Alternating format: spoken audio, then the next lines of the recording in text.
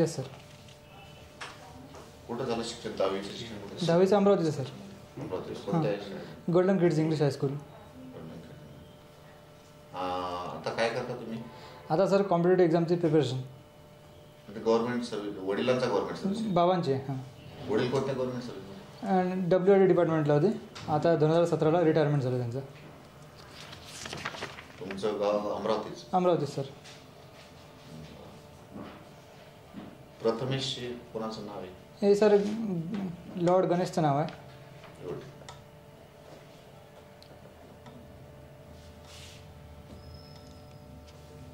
जलसंधारण काय आहे? जलसंधारण water resource department. Is there any difference between water resource engineering and soil conservation department? Yes sir. If we take the catchment area less than 2000 hectare, then we will consider it as WRD department, and if the catchment area is less than 250 hectare, then it will be considered in WCD department. But according to new JR, there is a change in area. That you know? No sir, I don't know about it. Okay. जलसंधारण अंतर्गत कुठले कुठले कामे केली जातात सध्या? जलसंधारण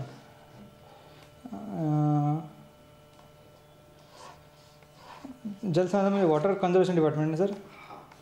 sir जे शेततळे बांधणे, लहान बंधारे बांधणे, पर्कोलेशन टँक बांधणे असे कामे करण्यात येतात. CNB नावाचा एक कॉन्सेप्ट असतो, तो काय असतो? CNB सॉरी सर, मी वाचण्यात नाही माझ्या. गॅबियन बंधारे काय असतात? नाही माहीत सर. तुमचा पोस्ट प्रेफरन्स कुठला आहे पहिला? पहिला PWD, WRD, मग WCD. ओके. PWD अंतर्गत होणाऱ्या कामांबद्दल थोडक्यात सांगा. PWD म्हणजे मेजरली कामं होतात design, construction and maintenance of bridges, road and government buildings. Okay. आता जे नवीन कॉन्ट्रॅक्ट आले आहेत, EPC कॉन्ट्रॅक्ट, हां, त्याच्याबद्दल ते सांगता येईल मला? हो सर. EPC कॉन्ट्रॅक्टमध्ये काय असतं की सर्व म्हणजे काम ते प्रायव्हेट करून घेतील, आणि जे टोल टॅक्स वगैरे जेव्हा घेण्यात येईल ते गव्हर्नमेंट करेल. हे तर BOT सांगितलं. EPC काय? नवीन कॉन्ट्रॅक्ट आहे, ॲडव्हान्स ऑफ BOT त्याला म्हणतात. तर तो काय आहे, त्याच्याबद्दल काही सांगता येईल? सर मी वाचलं तर पण आता रिकलेक्ट नाही होऊ शकून राहिलं बरोबर. नदीजोड प्रकल्पाबद्दल काही ऐकलं? हो सर. काय आहे ते? इंडियामध्ये काही भागमध्ये जास्त पाणी पडतो, आणि तिकडच्या नद्याला म्हणजे पेरिनियल रिव्हर असतात ते, आणि आपण वेस्टर्न साईडला पाणी कमी असतो. आपण काय करणार आहे की ते तिकडचं पाणी आपल्या नदीने आणणार कॅनल थ्रू, त्यामुळे आपल्या इकडचे ड्रॉट पण एरिया तिकडे पण थोडं पाणी येईल आणि इरिगेशन फॅसिलिटी वाढून जाईल. त्यासाठी आपण महाराष्ट्रात कुठे चालू आहे नदीजोड प्रकल्प? महाराष्ट्रात पुण्याला चालू आहे सर आता एक. पुणे? हां. मी नद्यांची नावं विचारतोय. कुठल्या मुख्य नदींवर सध्या नदीजोड प्रकल्प महाराष्ट्रामध्ये चालू आहेत? सर भीमा नदीवर आहे. भीमा, अजून एक नदी आहे ती आता मला आठवण आली. कन्फर्म तुम्ही याच्याबद्दल की जस्ट जनरल म्हणून सांगताय तुम्ही? नाही सर, कन्फर्म आहे. कन्फर्म. हां. तुमचा 2019 मेन्सचा रोल नंबर काय होता? NG 005012. NG 005012. 5012. ठीक आहे. 2020ची मेन्स दिली का तुम्ही? हो सर. कॅचमेंट एरिया कसा कॅल्क्युलेट होते? कॅचमेंट एरिया सर आपण आधी पूर्ण पाण्याचं व्हॉल्यूम घेतो divide by depth of. Catchment area काय प्रकार आहे, कसा काढते, कुठं यूज होते तो? कॅचमेंट एरिया सर आपण जेवढं डॅमला म्हणजे लोकांना जेवढं पाणी लागेल किती आपण डॅममध्ये स्टोअर करू शकतो त्यासाठी आपण कॅचमेंट एरियाचं कॅल्क्युलेशन करतो. बेसिन आणि कॅचमेंटमध्ये काय डिफरन्स आहे? बेसिन एक ब्रॉड कन्सेप्ट आहे, कॅचमेंट म्हणजे त्या सबसेट आहे एक प्रकारचा. व्हेलॉसिटीसाठी कोणत्या फॅक्ट जे आहेत त्या कोणत्या ह्याच्यावर डिपेंड राहते? व्हेलॉसिटी जे स्ट्रीमची व्हेलॉसिटी जी आहे हां, ती व्हेलॉसिटी कोणत्या ह्याच्यावर डिपेंड करते? सर तिकडची सॉईल कॅरेक्टरिस्टिक आहे, आणि एकतर मग त्याच्यामुळे जे फ्रिक्शन तयार होईल त्याच्यावर डिपेंड करेल आणि डिस्चार्जवर. जिओ टॅगिंग नावाचा कॉन्सेप्ट ऐकला आहे का सर तुम्ही? Geo tagging. Jio tank. Geo tagging. Geo tagging नाही सर, शुअर नाही त्याबद्दल. रिमोट सेन्सिंग GIS टेक्नॉलॉजीबद्दल काही ऐकलं? हो सर. थोडक्यात सांगा. रिमोट सेन्सिंगमध्ये आपण एखादं समजा ऑफिसमध्ये बसलो असेल आणि आपल्याकडे एक सॅटेलाईट असेल आणि ज्या एरियामध्ये आपण तिकडे पोहोचू शकत नाही, आपण त्या ऑब्जेक्टबद्दल इन्फॉर्मेशन घेऊ शकतो ऑफिसमध्ये बसूनच. तिकडे जायची आपल्याला गरज नाही. याला म्हणतात रिमोट सेन्सिंग. आणि GIS म्हणजे असा प्रकारचा एक इन्फॉर्मेशन सिस्टीम, तिकडे आपण डाटाला स्टोअर करतो, ॲनालाइज करतो आणि हे आपल्याला कॉम्प्युटरवर स्क्रीनवर दिसून जाईल. तुम्ही जर डिपार्टमेंटमध्ये सिलेक्ट झालात, PWD म्हणा, ओके, कन्झर्वेशन किंवा वॉटर रिसोर्स, ओके, तर रिमोट सेन्सिंगचा कसा यूज कराल तुम्ही तिथे? एखादं एक्झाम्पल सांगा. रिमोट सेन्सिंगचा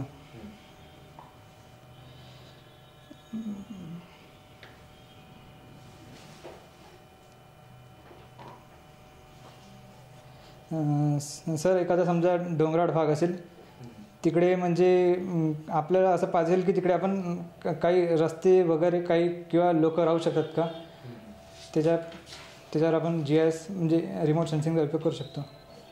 तेवढ्यासाठीच फक्त, बाकी काही कॉन्सेप्ट नाही आहे त्याच्यामध्ये? नाही सर आहेत, पण आता मी रिकॉल नाही करू शकून. हा बीम घ्यायची, BMD आणि शेअर फोर्स डायग्राम करा विदिन 30 सेकंड.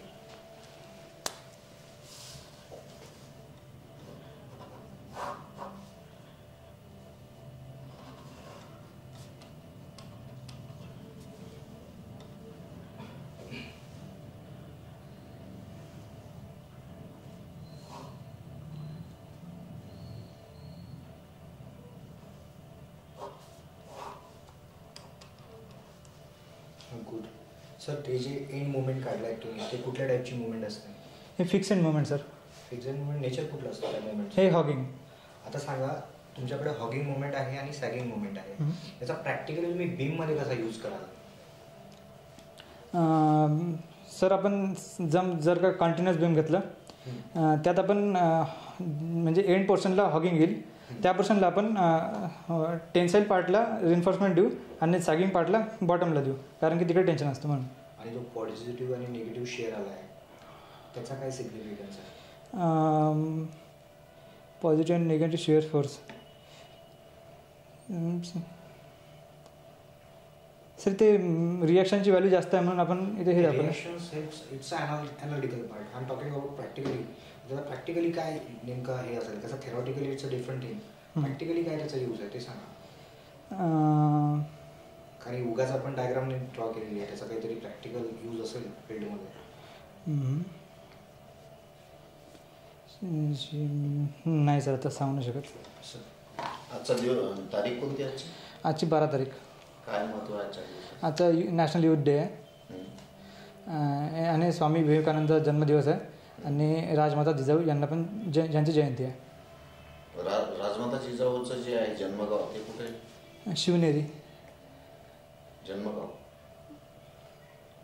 नाही जिजाऊंचं नाही माहिती सर, सॉरी.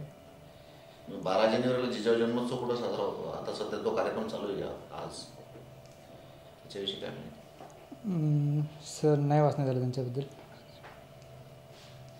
गाडगेबाबांचं उल्लेखनीय असं सामाजिक कार्य कुठलं आहे जे सध्या आपल्याला दिसतंय, ते आपल्या डोळ्यांना दिसतंय? म्हणजे स्वच्छतेबद्दल, त्यांनी स्वच्छतेबद्दल सांगितलं होतं. उल्लेखनीय स्वच्छता तर आहेच, पण आजही ते दिसतंय आपल्याला कार्य त्यांचं, म्हणजे ते पुढे गेलं तर असं कुठलं कार्य आहे गाडगेबाबा महाराजांचं सांगायचं? सॉरी सर, नाही माहिती. धर्मशाळा आहेत ना, धर्मशाळा कोणी बांधल्या? गाडगेबाबाने. अमरावतीमध्ये आहे का गाडगे महाराजांचं काही? त्यांचं मंदिर आहे आणि मागेच हॉस्टेल आहे. कुठे मंदिर गाडगे महाराजांचं? गाडगेनगर. गाडगेनगर म्हणजे कुठं अमरावतीमध्ये? हे सर, समोरच पंचवडीजवळ. ग्रामगीता ग्रंथ कोणी लिहिला? तुकडोजी महाराज. पंजाबराव देशमुख नाव ऐकलं तुम्ही? पंजाबराव? Yes sir. काय पूर्ण नाव होतं त्यांचं पंजाबराव देशमुखांचं?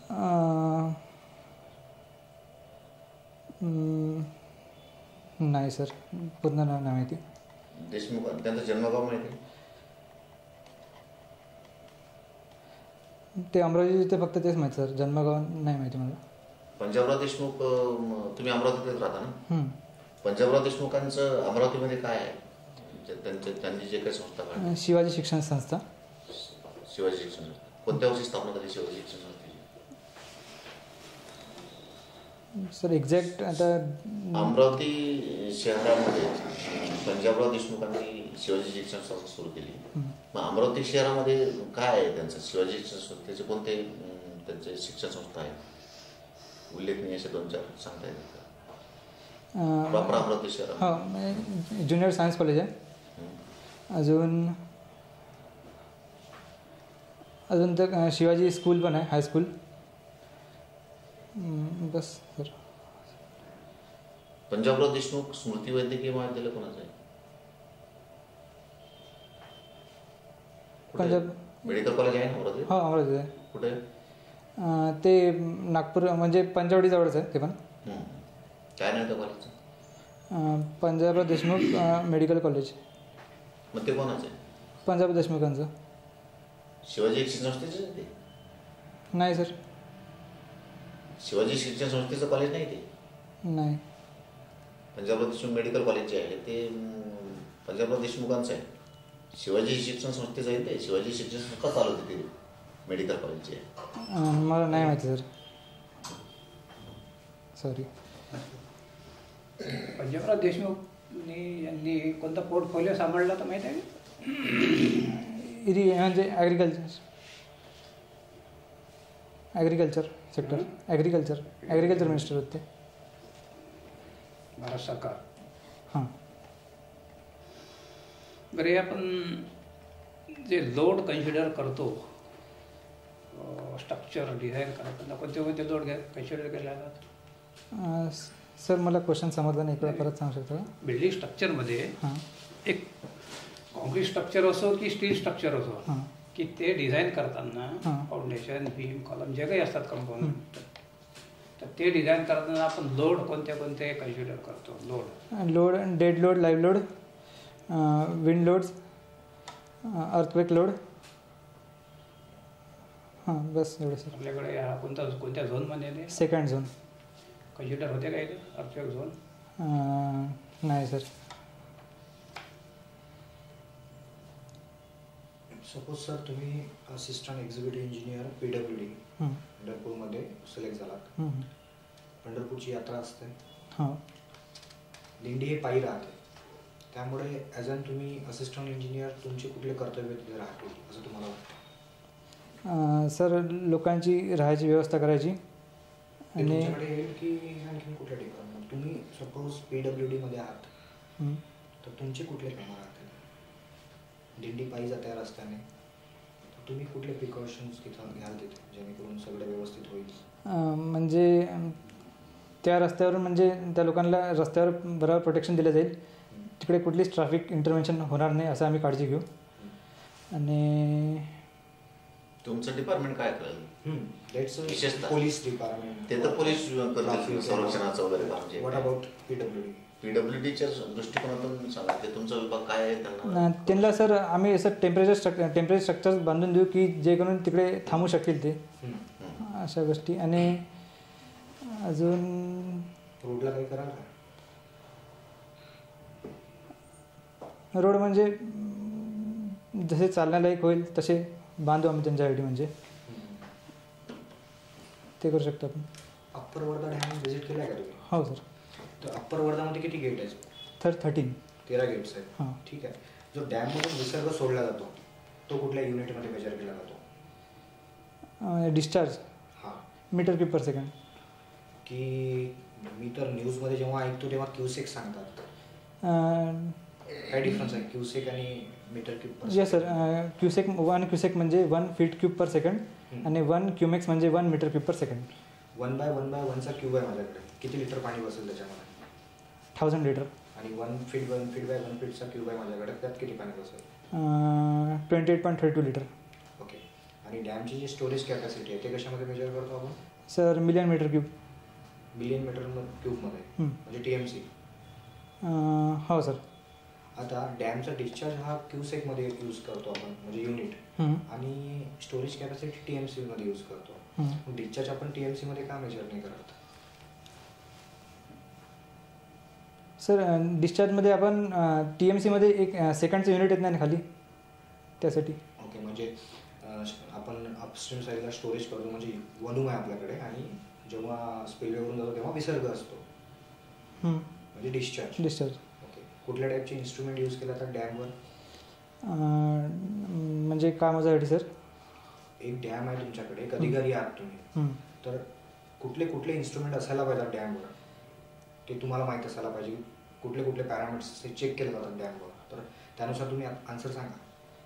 सर पहिले तर रेंज गेज असलं पाहिजे. हां. दुसरं म्हणजे एक लेवल मोजासाठी असतेच आपल्याकडे, पाण्याची पातळी मोजण्यासाठी तिथं लेवल असतेच आपल्याकडे, सेकंड इन्स्ट्रुमेंट.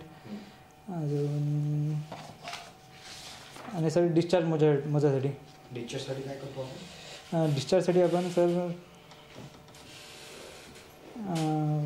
ठीक आहे, सध्या सातारा सांगलीमध्ये खूप फ्लड आला, त्याच्या मागची कुठले कारण तुम्हाला सांगता येईल?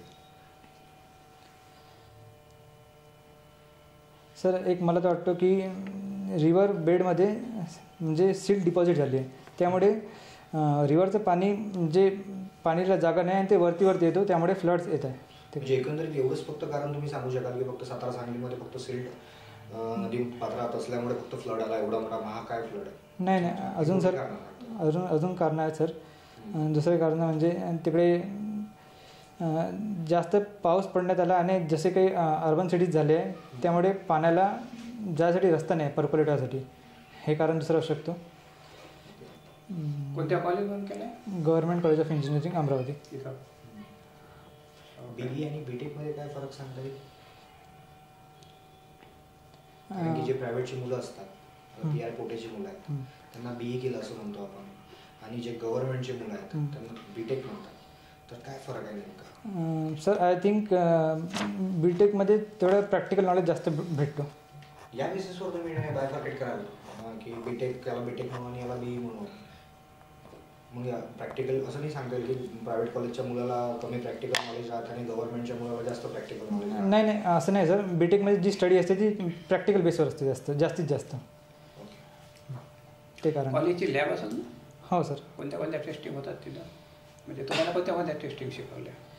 म्हणजे CBR टेस्ट शिकवली, म्हणजे ट्रान्सपोर्टेशनमध्ये सीव टेस्ट, जिओटेकमध्ये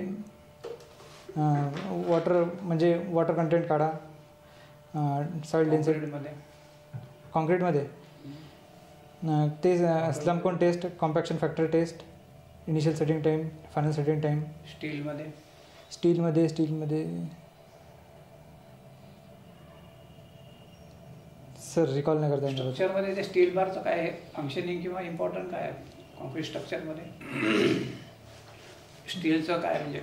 सर म्हणजे कॉन्क्रीट टेन्शनमध्ये फेल होऊ शकतो, त्यासाठी आपण स्टील इन्फॉर्मेशन प्रोव्हाइड करतो. ती टेस्ट असेल ना? टेन्साईल टेस्ट, इलॉंगेशन टेस्ट राहतात ना? Yes sir. मुरुम जो प्रकार आहे त्या किती कॅटेगरी आहेत त्याच्या? क्लासिफाय कशावर होते ते? सॉइल टेस्टिंगमध्ये असेल ना? हो.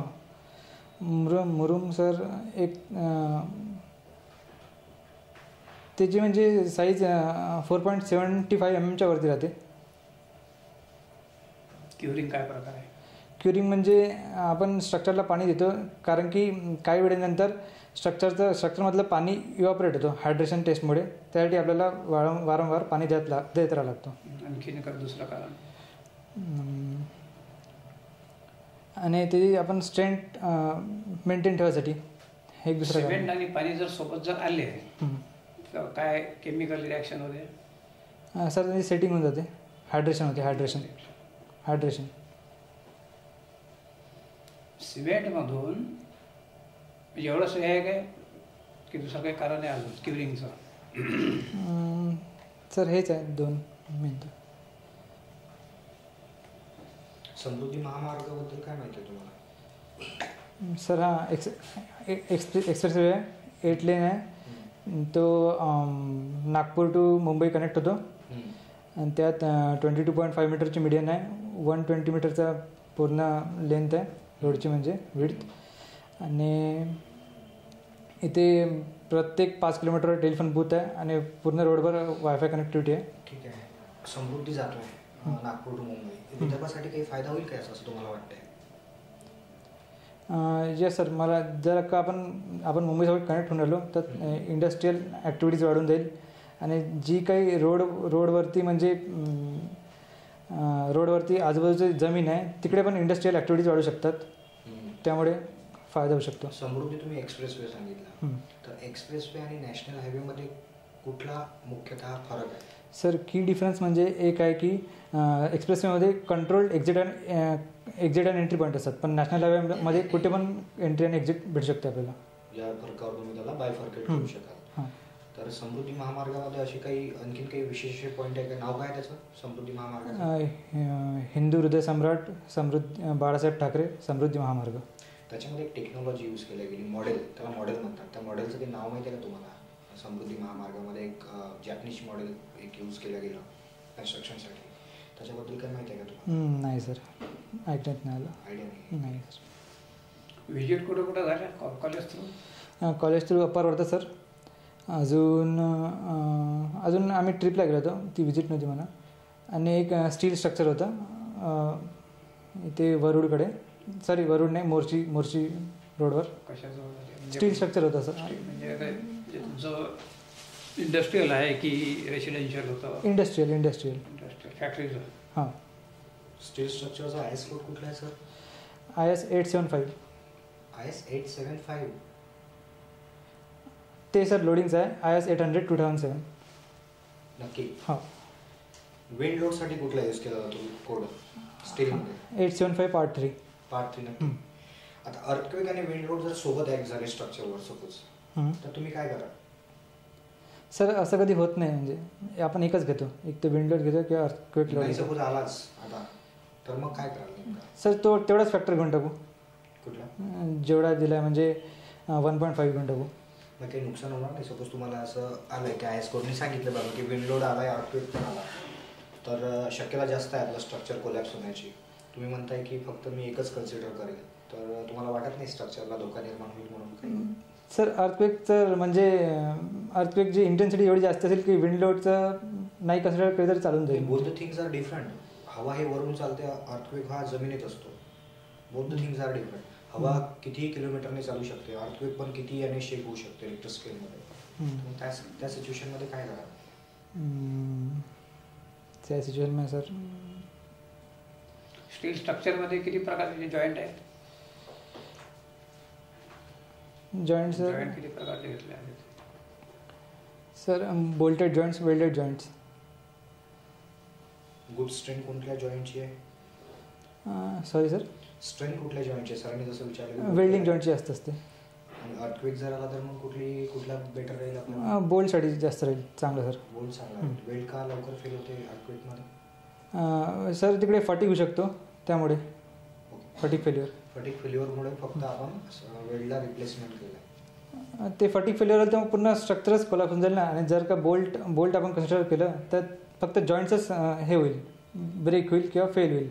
IS 800 2007 नुसार कॉम्प्रेशन मेंबरसाठी जो काही लोड आपण कॅल्क्युलेट करतो, त्या फॉर्म्युलाचं नाव कुठलं आहे? कुठल्या बेसिसवर आपण त्याला कॅल्क्युलेट करतो?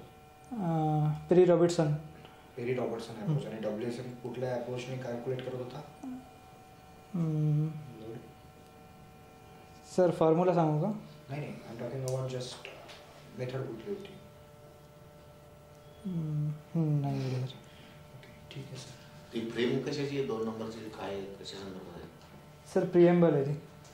म्हणजे काय मराठीमध्ये काय म्हणतात प्रिएम्बल? कशाच आहे preamble? Sir constitution of India. प्रिएम्बलला मराठीमध्ये काय म्हणतात? जर मराठीत नाही सांगत सर, नाही माहिती. संविधान दिवस जो आहे तो कोणत्या दिवशी पाळला जातो? संविधान दिवस खूप मोठ्या प्रमाणावर आले तर खूप मोठ्या प्रमाणात साजरा केला, त्याला खूप महत्व आलं संविधान दिवसाला आता या काळात.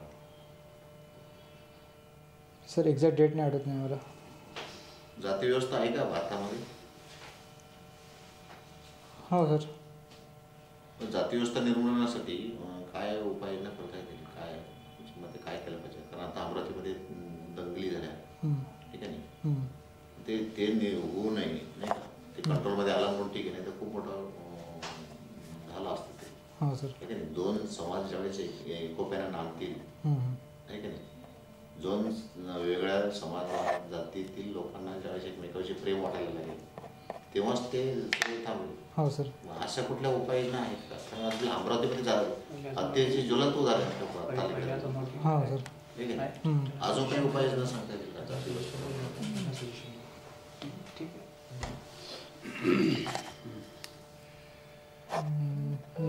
नाही सांगता येत सर दादा. ठीक आहे सर.